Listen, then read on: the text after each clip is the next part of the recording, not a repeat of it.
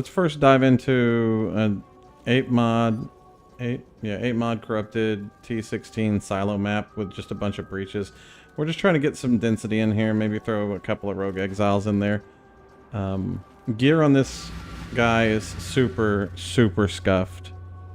We've got half as much energy shield as we would like to in like a T16 mapping, but it's just like whatever I had lying around, so we must deal with it. Playstyle is fairly simple. You eviscerate and everything dies. It's nothing complicated. Stuff hits you, you block, you eviscerate, everything dies.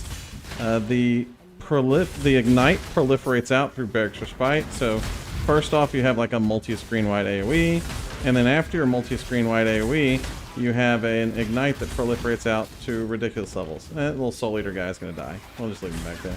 Ignite will kill him. So very fun, very engaging. You move around with Shield Charge and Frost Blink. You wait for stuff to hit you, and then everything melts away. In the like mid-game budget, like T16 farming budget, one ignite hits for 151 million damage. So that kills everything, including all your pinnacle bosses, and will also kill an uber boss. Now there is one caveat to that. The ignite only hits for that much damage when it is an ignite that crits, because we need elemental overload.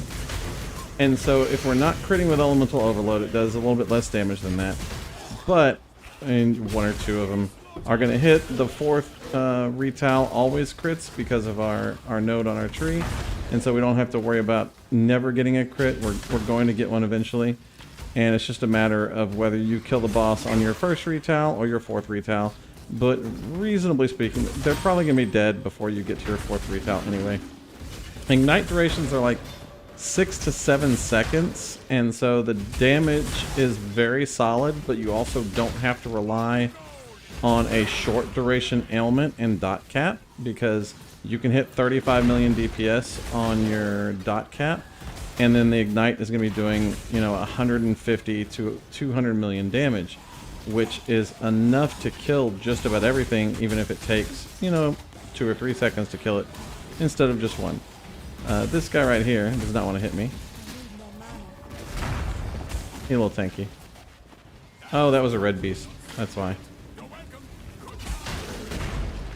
But yeah, your mapping experience should be very nice and smooth and simple. You walk around. You literally just hold down Eviscerate, and eventually you block. Whenever you block, it eviscerates. And then you just keep on walking around. So, super smooth, easy playstyle. Bossing is a little bit different, because versus bosses, we are going to want to smite them first to put an ignite on them from smite that combusts them, and also give us an aura that scales our damage. So you're going to smite the boss first, and then you're going to put Arcanist Brand down. Once you have a smite on the boss and Arcanist Brand is down, you're going to then eviscerate. If it is a crit eviscerate, then you'll automatically have your biggest ignite. If it's not, you just keep eviscerating until you have your largest ignite. We are running Defiled Forces on our amulet as an anoint, so we can sustain the duration of the ignite through Arcanist Brand casting curses on the target. And that allows us to make sure that only our highest ignite is the only thing ever targeting the creature. You can see this boss, we just faced her immediately. Now in the in-game version of the build, we'll have a little bit more passive energy shield recovery. Right now the only energy shield recovery we really have is going to be the energy shield that we're getting back from our Aegis, so we have to be getting hit to get any kind of recovery in the way the build is currently set up.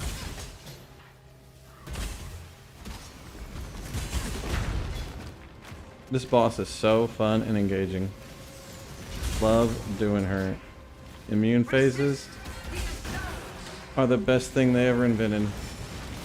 Oh, I guess she died over there in the corner. And then we stood in degen on the ground and died. Love it! As far as like pinnacle bossing goes, we can slam in.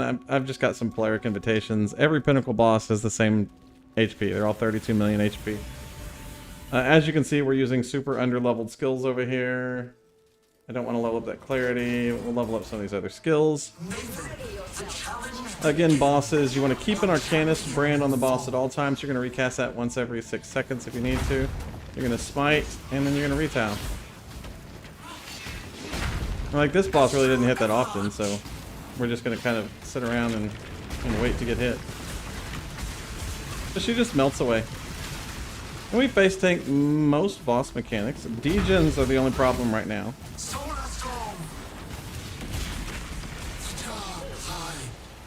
And boss is dead.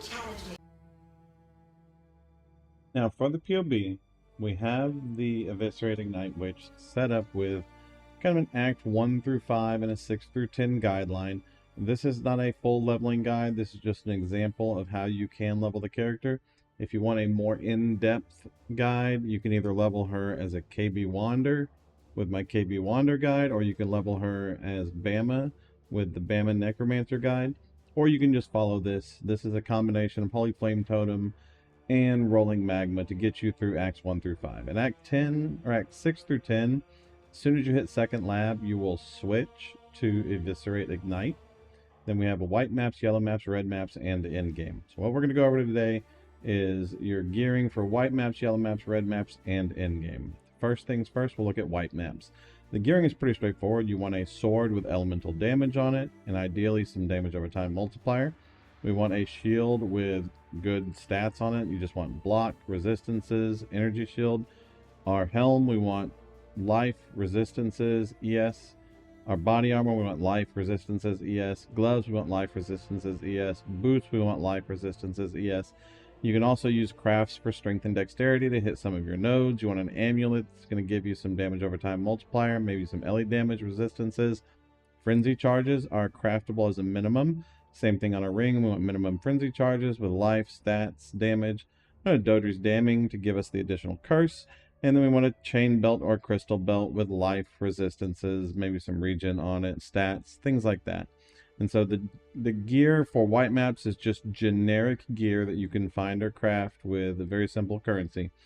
If you get lucky, you can buy or find an incandescent heart chainmail body armor. That is a tremendous boost to the character. Incandescent heart gives you additional elemental damage as chaos damage, reduces the elemental damage that you take, has a ton of armor and ES and life on its own, and so it's just a generically very, very, very good body armor, but very simple to gear out for white maps. In white maps, you'll be looking at about 2 million DPS as you're going through white maps, which is more than enough to clear everything there. Moving up into yellow maps, you're going to save currency. A Barracks Respite is a very good early grab, and Anathema is a very, very strong early grab, and a Rebuke of the Vol gives you a sword that can carry you all the way through to Ephemeral Edge. Outside of that, the rest of your gear is the same. There's not a lot of differences here. We have a Spirit Shield with good block and stats on it. We have a Crown with resistances and life on it. So no differences in the rest of your gear. On the red maps, you're going to want to save up and get an Aegis Aurora. This is going to be our primary defensive layer on the build. We do use high block, high spell block, and then huge amounts of recovery through armor and ES recovery on Aegis Aurora. And then you're going to want to get an incandescent heart as soon as you can as well for the extra damage. And in the red map setup, we're still a life hybrid. And a life hybrid is going to carry you for a long, long time. You're not going to want to switch over to CI until you have about 5k ES without Ephemeral Edge equipped. And that's the point where you can start switching over to CI. Again, we're using a Barracks Respite. It's an easy way to get proliferation on Ignite. If you can get proliferation on Ignite on your gloves instead, you can switch the Barracks Respite out for a Polaric Devastation. But the Polaric Devastations are sometimes a little expensive early on in the league. Outside of that, you're just going to get upgraded pieces from the gear that you already have in the other slots. And we're going to look at any jewel that you can get here that is good. Something with energy shield, damage over time, dot multi, that's an excellent choice, but you're just looking for any good jewel here, or a jewel to kind of fill in the gaps of your gear. Now, once you are done mapping and you're farming towards the end game, your build is going to look like this. And this is a very straightforward build. You're going to want to get an Ephemeral Edge with high increased energy shield and high percentage of lightning damage. We have an old Ephemeral Edge in here. You're going to want to get an ephemeral... No, that's the new one. Never mind, ignore me. You're going to want to get an ephemeral edge with a high added maximum lightning damage. It used to be 25%, got nerfed down to 15%. Aegis Aurora, you just want the most armor and ES you can get on it. On your helmet, this is going to be very important for carrying your armor and ES, as well as resistances and stats. Your body armor is exclusively going to be carrying armor and ES. That is the most important part on your body armor. If you can also get fizz damage reduction on there, that's phenomenal, and you can also fill out with a little bit of resistances. Our gloves, it's very important that you have fire exposure and ignite spread. And then we're going to be crafting this with essences, slamming a dex essence into it until we get good prefixes on it, and then you'll finish that off. On our boots here, we're going to want ignite, deal damage faster implicit, and increased effect of stone golems implicit. We're going to craft this with an intelligence essence as well. On our amulet here, you're going to want just attributes, damage over time multi, max energy shield, physical skill gems, regular skill gems, mend frenzy charge. But honestly, for the amulet, what you're going to be looking for is someone else's junk mirrored amulet. You can find some absolutely insane mirrored amulets out there that people have gotten from Reflecting Mist. You'll just come in here, you'll adjust search weights. We want to pull any effective health out of here, and you're just going to search for an amulet with find best and then execute. This is going to give you a list of the best DPS amulets available for your build, and you're just going to sort these amulets by how much currency you have available that you can spend on it.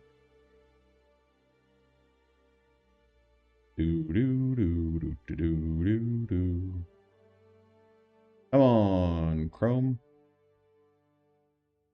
So come in here and say you have 50 div to spend on an amulet. So you come in here, 50 divine orbs, hit search, sort by sum. You can see this Havoc Rosary Power Amulet gives huge damage over time multiplier, has some energy shield, has some resistance, has skill level gems on it, has increased elemental damage with attacks. This is a great amulet. It's not a mirrored one, but it is the best one. Here's another one that is a great mirrored amulet. Unfortunately, it has this minus 129 to dex. We wouldn't want that.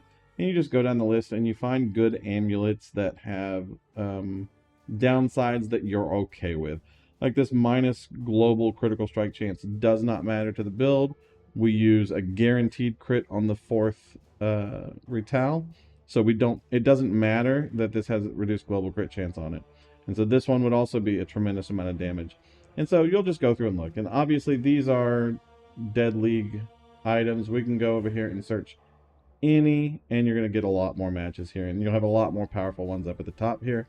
And so here's another mirrored one that is 55% dot multi, 50% increased max energy shield, minus 46% fire resistance. Might be a little bit hard to overcome, but then a 92% elemental damage with attack skills. And so there's a tremendous amount of these really giga high damage mirrored amulets that are going to have a downside that you can deal with. And so this is definitely something to look for. Like this minus global crit strike multiplier. We don't care. We don't use global crit strike multiplier. 4 div gets you an amulet that has a 300 some base, which is a tremendous amount of damage. So take advantage of this specifically for the amulets on the build. Outside of that, we're going to be using boots. Our boots, which it doesn't want me to mouse over anymore. Our boots are going to be intelligence base essence crafted. Although you don't really have to intelligence essence the boots. I think I just purchased some fractured boots here to make these, and then dense fossil them. There's a lot of ways to get these boots. You want boots with armor, ES, int, resistances, movement speed. Fairly straightforward. Plague Devastation is a great ring. Anathema is a great ring. You want a crystal belt that is Crusader item. You're going to dense fossil this so that you can get 3 good prefixes, and then you'll craft suffixes afterwards. You want a ruby flask, a topaz flask, a quicksilver flask, a granite flask, and a tincture with elemental damage to melee weapons and dot multi. This is primarily just used for bossing. Our cluster jewel, it is important that we have an advanced guard, heavy hitter, veteran defender. We want forbidden flame, forbidden flesh for vile bastion. We want a watcher's eye that has 22% dot multi with malevolence, and ideally non-channeling skills have a minus 10 total mana cost as well. And then you just get a Crimson Jewel with some useful stats on it. If you want to, you can get Corrupted Blood immunity here instead of getting Corrupted Blood immunity on the tree, but this is just a filler spot on the build right here. Now, this is how we're going to set up items for white maps, yellow maps, red maps, and the end game.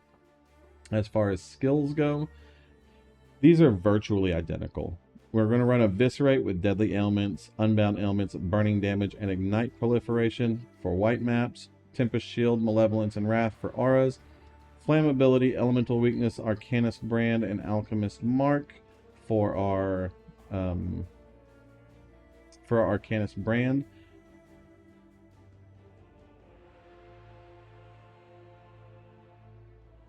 That's lies.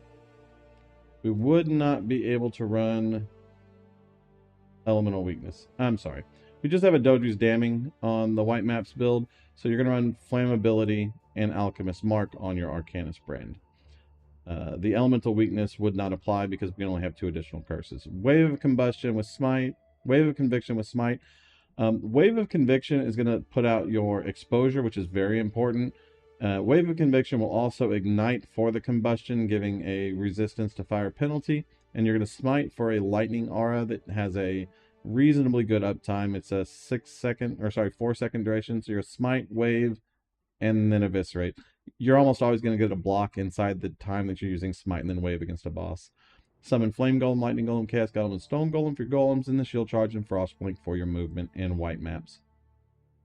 Once we get into yellow maps, it is going to be the same kind of stuff, but we do get a 6-link now, so we add in Volatility, Tempest Shield, Malevolence, and Wrath, Wave of Conviction, Smite, and Combustion. We still only have... I think we have Anathema in the yellow maps. The Anathema gives us access to 3 curses, so we're Flammability, Elemental Weakness, Alchemist Mark. And then same golems, same movement. For our red maps, everything is identical down the road, no changes there. Once we get in the end game, we do go ahead and include in an Immortal Call here because we want to utilize this for boss mechanics that we don't want to avoid. And so, for example, if you're fighting Maven and you're lazy and you don't do the Maven game well, then whenever Maven memory game happens, you hit Immortal Call and you can take the Maven memory game. Gotta get full end game.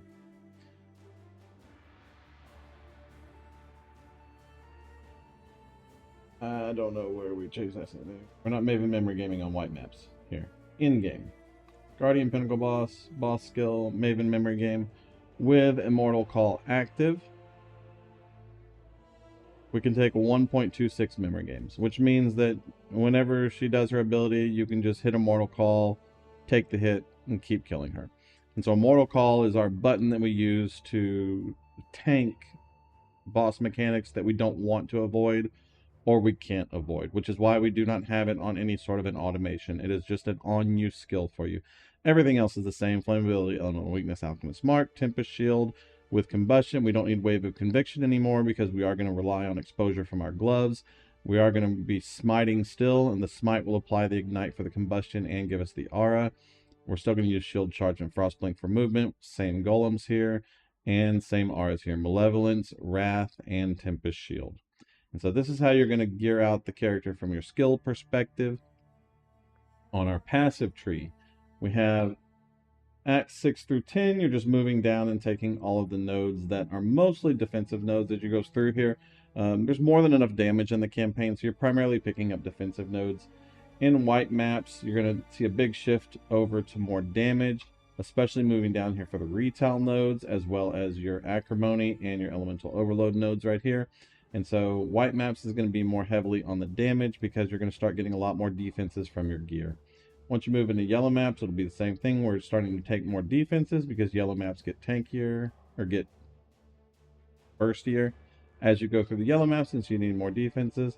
And then red maps kind of finishes out all of the skill points on the character here as you go through. The in-game tree is almost identical with the exception of all of our life nodes going away because we do shift over to CI on the in-game version of the build. And all those life nodes get replaced with other nodes to support more block, more defenses, more energy shield, etc., etc. So the passive tree is fairly easy to go through. A couple of things to note. Divine Shield. Do not skip this. Divine Shield is probably one of the best recovery defenses in the game for an Armor ES character. Do not skip Armor and Energy Mastery. This is 100% increase Armor and Energy Shield from your equipped body armor. If you're equipped helmet, gloves, and boots, all our Armor ES. This is a tremendous boost to our defenses. Recover 5% energy shield per second when you take a physical damage hit from an enemy, which is all of the time, which means you always have 5% ES per second up. These are defensive nodes that work very, very well together. We do have Runegraft on the build. This is Runegraft of the Fortress. This gives us 40% increased defenses at a cost of 10% reduced attributes. Attributes are a little sketchy to get, so your gear has to be very specific to get the attributes. If you don't have the attributes, you do have Might and Agility right here to help get those attribute bonuses high enough. We're also running Zealot's Oath in the in-game version of the build, which converts all of our life regeneration to ES regen, which is very good. We do get 1200 ES regen, but most of our recovery is going to come from high armor and Aegis block recovery. And so that's where most of our recovery is going to come from. Now, if you have any questions over the build, drop a comment down below or come by Twitch and ask. This was an absolutely ridiculous league starter last season. It got the minorest 50% reduced effective buffs granted by your golems this season. If POB gets updated, we can remove this line from the custom modifiers, but this had almost no impact on the build. Rune Grafts are going to open up some very strong possibilities for the build. Or sorry, not Rune Grafts, but these new Breach Grafts are going to open up some very strong possibilities for the build as well, so I'm looking forward to that. But if you have any questions, again, drop a comment or come by Twitch. See y'all soon. Thank you very much for watching. If you enjoyed this content, please like, subscribe, drop a comment down below. As a reminder, I'm happy to offer one-on-one support for any of my builds. Just come by Twitch during any live stream time. Thank you very much. Peace.